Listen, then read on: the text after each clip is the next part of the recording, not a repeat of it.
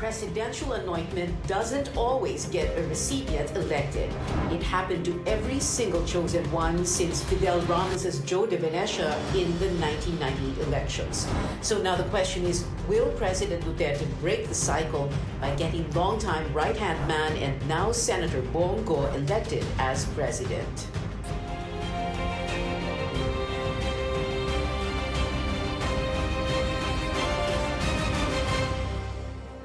Good evening, I'm Pia Hontiveros. Welcome to your weekly political appointment fix, politics as usual. Our guests for tonight, political strategist Malu Tequia joining us via Zoom, and campaign advisor for Senator Ping Lacson, former Secretary Ronnie Puno. Good evening to you, Malu, and good evening, Sec Ronnie. Thank you very much for being here. Good evening, Pia. Let's begin with you, Secretary Ronnie Puno.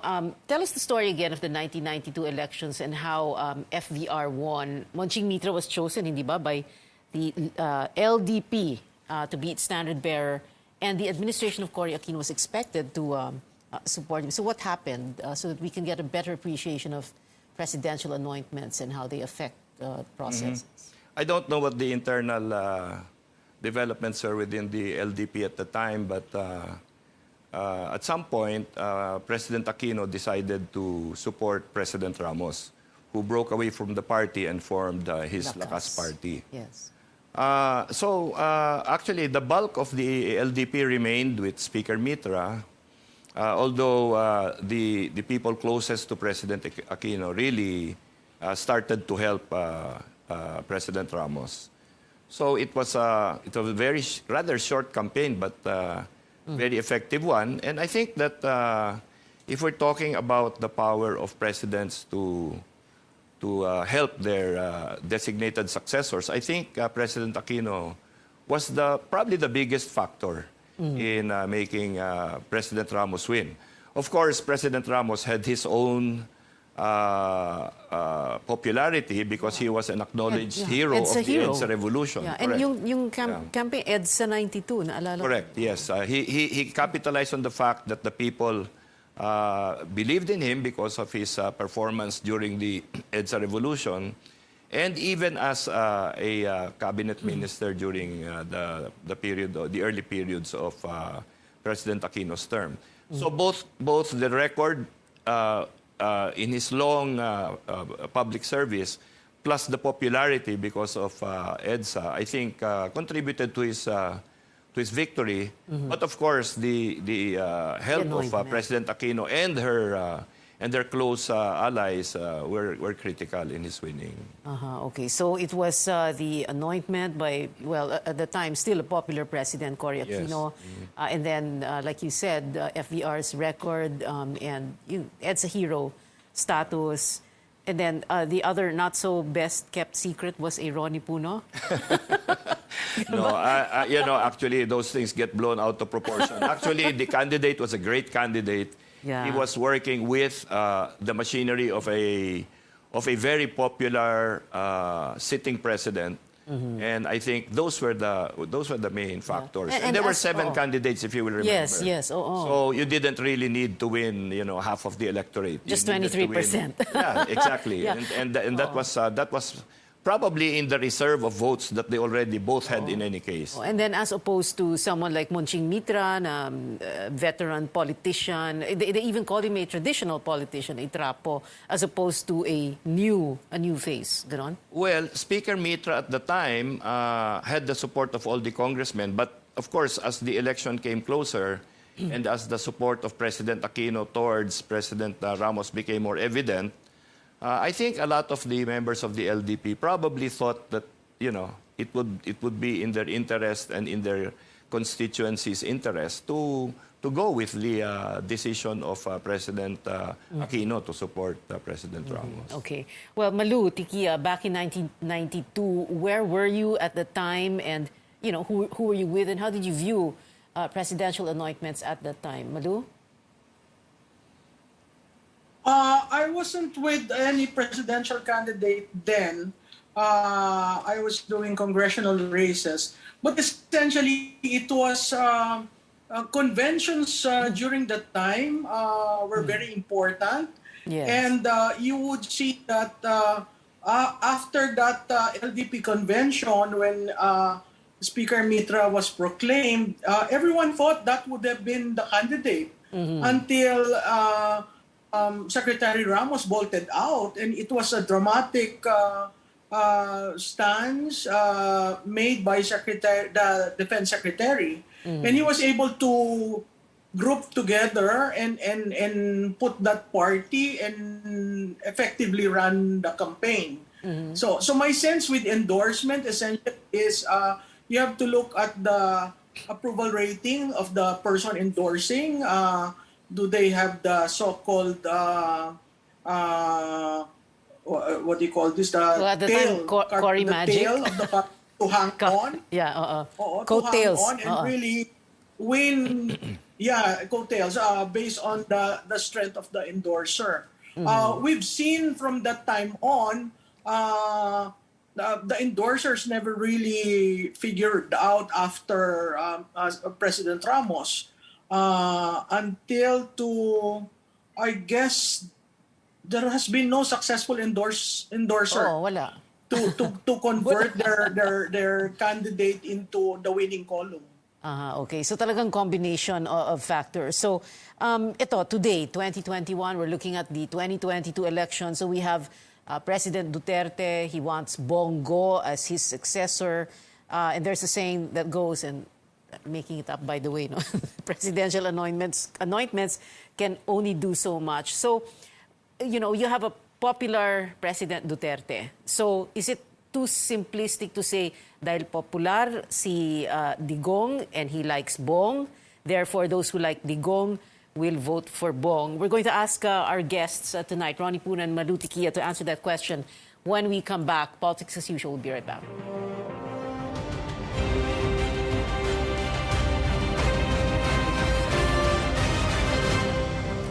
Welcome back. This is Politics as usual. Our guests still with us, political strategist Malu Tiquia and campaign advisor Ronnie Puno. Let's begin with Malu. So, Malu, that question, no? Because Digong, so people like Digong, and Digong likes Bong, so people will vote for whoever Digong likes. Not as simple as that, right?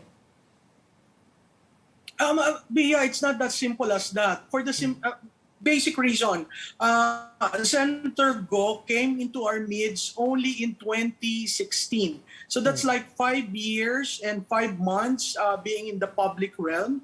And it's not easy as just because you're the aide, everyone will follow the president. Yes, we have a very popular president.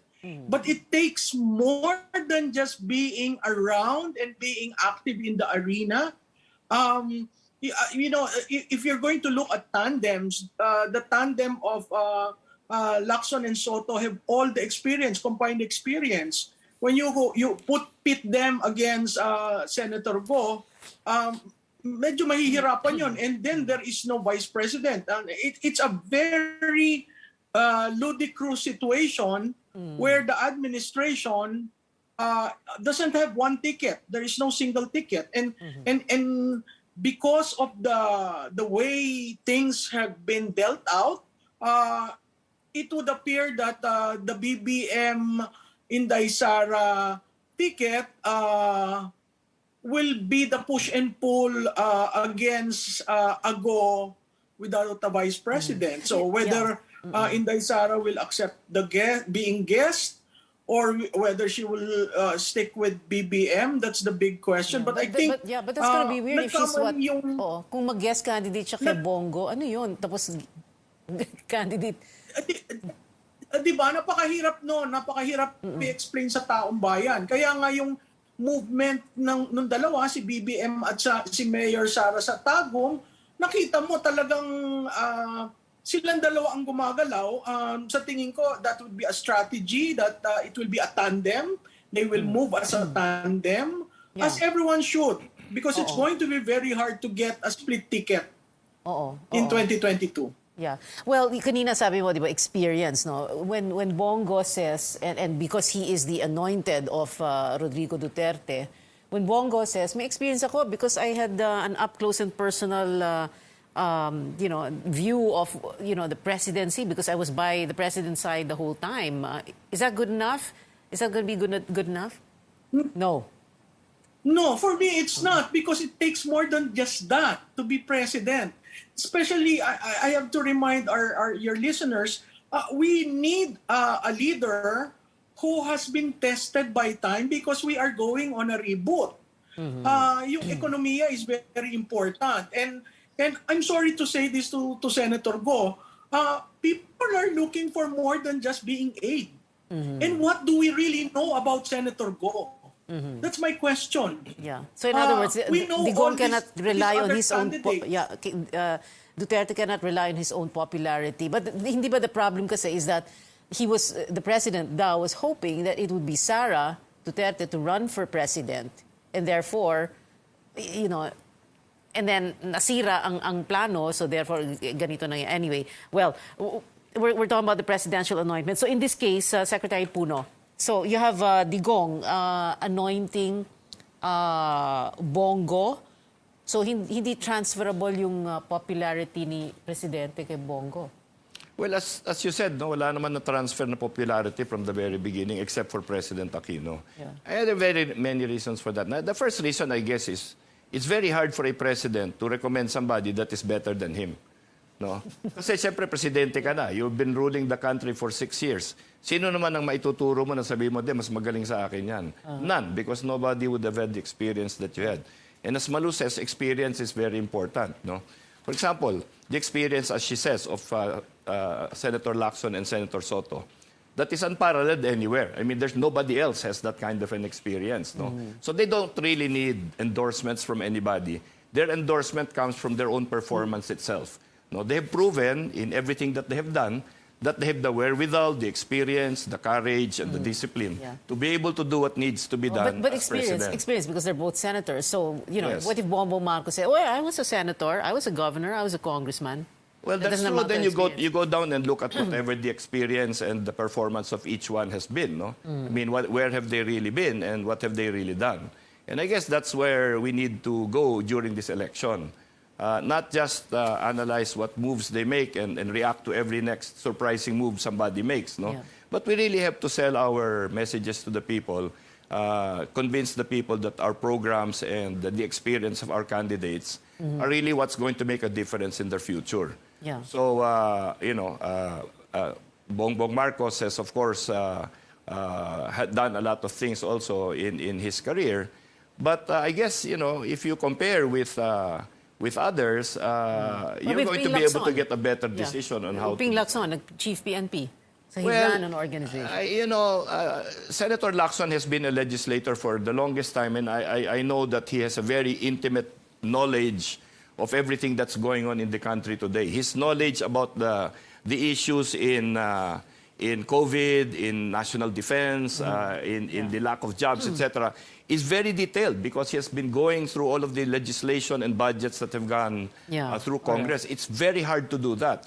But when he was head of the Philippine National Police, I know because I was there at the time, the Philippine National Police experienced a rebirth. And during that time, Senator Lacson implemented what he called a devolution of the funds. No? Right. Bumaba ang pondo sa mga istasyon. Ang pondo talaga.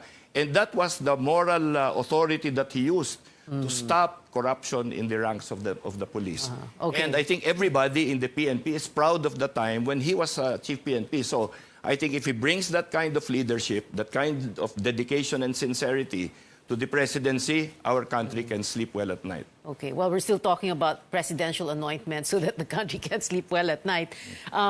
It's so difficult to talk about 35 years of Philippine election history in a 30-minute program, and to do this in like a minute and a half. But going to the break, I wanted to ask both you, Secretary Puno, and Malu, let's talk about, very quickly, all the other presidential anointments that didn't go anywhere. So you had FVR himself, anointing JDV, walang nangyari. Gloria for Gibo, walang nangyari.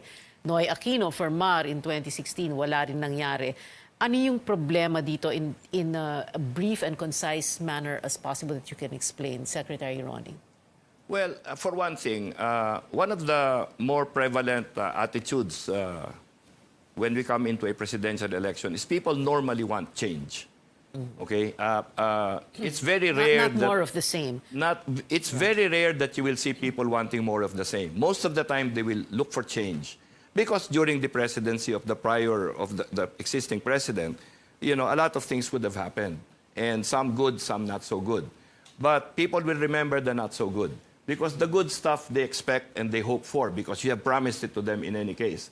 But the bad things are a surprise to everyone. So they will want some change. And I think in all the elections that we have had, that's probably the biggest thing I have noticed, that people want change. And so if you are going to be selling a message that you will continue what has been happening, so what does that tell the people? You will continue with the lockdowns, you will continue with the loss of jobs. Of course not. Yeah. But so if this happened during your time, how are you now going to tell people, I'm suggesting this guy because he's going to change things around? So people will just not believe that message. Interesting. People want change, but also, maybe that's also why the presidential anointment worked only once. So para bang kung FVR, ang JDV is FVR 2.0, Gloria Arroyo, Gloria 2.0, and so on and so forth.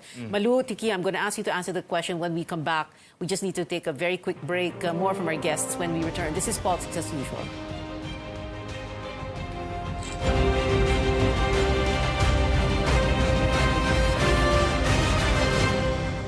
We are on our final stretch. This is Politics as Usual. Political strategist Malu Tiquia joining us via Zoom, and Ronnie Puno here in the studio. Malu, your response to that question earlier before the break.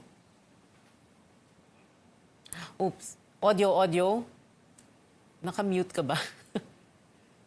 I'm sorry. Ayan, okay. In this election, Pia, there are two continuity candidates.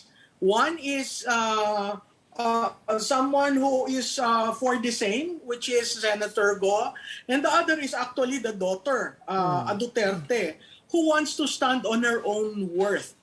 So if you're going to look at continuity, these are two poles apart. And unfortunately for Senator Go, there's the name of the Duterte. So that in itself is a very strong driver for the outcome, at least at the vice presidential level. At the presidential level, you will have Senator Go will have to stand on his own. It cannot be that the president will always be there. He will always be talking and doing the defense for Senator Go. Unless we are electing Duterte 2.0, which is actually the PRRD under a different guy. I don't think the country is ready for that. What we are seeing now is that the country is ready for a Marcos. Those are pre-campaign surveys. Things might change during the campaign period. And the reason why I always say, I look at the Lacson-Soto tandem as the dark horse because they have the capability to come from behind. I mean, if the president is saying, let's look for a strong president, sino yun? I mean, when you say he's weak, that is he's weak. So who's the strongest? Diba? If you scale through the list, it would appear yung dalawang ready on day one is apparently that tandem. Now, it's another thing to climb from where they are right now to the leader of the pack. And that, I think Secretary Puno knows that. But that's a challenge to that team. I'm not saying that I am so surprised at the majority rankings, ratings of the two at pre-campaign level. But things will change once we hit February. And I think in the last, 48 days, 50 days, that tandem has remained quiet and was just going through and reaching out to people. So now, that is campaigning. In a way, the topic of the show, presidential anointments, we can just throw it right out the window because it's not going to be a factor, the way things go. But anyway, okay, so we have enough. Pia, just one note. Sige. Just one note on that. I mean, the president will be with Senator Go. I mean, is that the reason why he's running for the Senate? So that when they go around, they're both together? Come on. Well, you're ending your administration on a high note But here is an active player in the political scene. How do you now put together your legacy? How do you ensure there's an honest, orderly, peaceful election? How do you ensure the transition? These things have to be thought out carefully, simply because there's so many things that this administration has done. So you're going to put that all, down the sink. Ang gulo. Okay, final words na. Malu, final words ka muna, and then we'll give the final words to Secretary Ronnie. Sige. We have 4 minutes. Go ahead. So I think to the voters, patuloy kayong maging mapanuri. Hindi pa ho tapos ang halalan. Lahat na nakikita nating ratings sa surveys, those are pre-campaign ratings. In 2016, we saw someone coming from far behind and leading the pack and ultimately winning. So let us be conscious of that and let us look at the platforms. Tigilan na natin yung personality-driven at tirahan. Tingnan natin yung plataforma kasi ang 2022, mahalagang makabangon tayo. That's true. Thank you, Malu Tiquia. Secretary Ronnie Puno. Yeah, thank you. Well, actually, I think it's important for everyone to realize where we are today. We are in crisis. We have had 2 of the most difficult years our country has ever gone through. School has not yet even normalized. So many people, millions have lost their jobs. We have to think very carefully about who we are going to look to lead us through all of these problems. And I think experience is going to be a major factor in how we climb ourselves out of this crisis that we face. And I think that strength of character, honesty, and really good public service is what's going to carry this country forward. And I think that when people think about our candidates, they should remember all of this and think that and be convinced that this is not an ordinary choice we're making now. This is the most important choice of a president that we will be making in the past decades. And a presidential anointment will not I don't think the presidential anointment is going to be relevant at all in this coming presidential election. Yun ang final word. Thank you very much for joining us, political strategist Malu Tiquia. Malu, thank you so much. I'll see you again. And Secretary Ronnie Puno. Sir, thank you very much for being here. We've been told before, don't talk politics at the dinner table or the family reunion or in Viber groups and risk digital warfare. But we can talk about it here at this table on this show, your weekly political appointment fix, politics as usual. I'm Pia Hontiveros. See you back here next Tuesday, 8:30 p.m.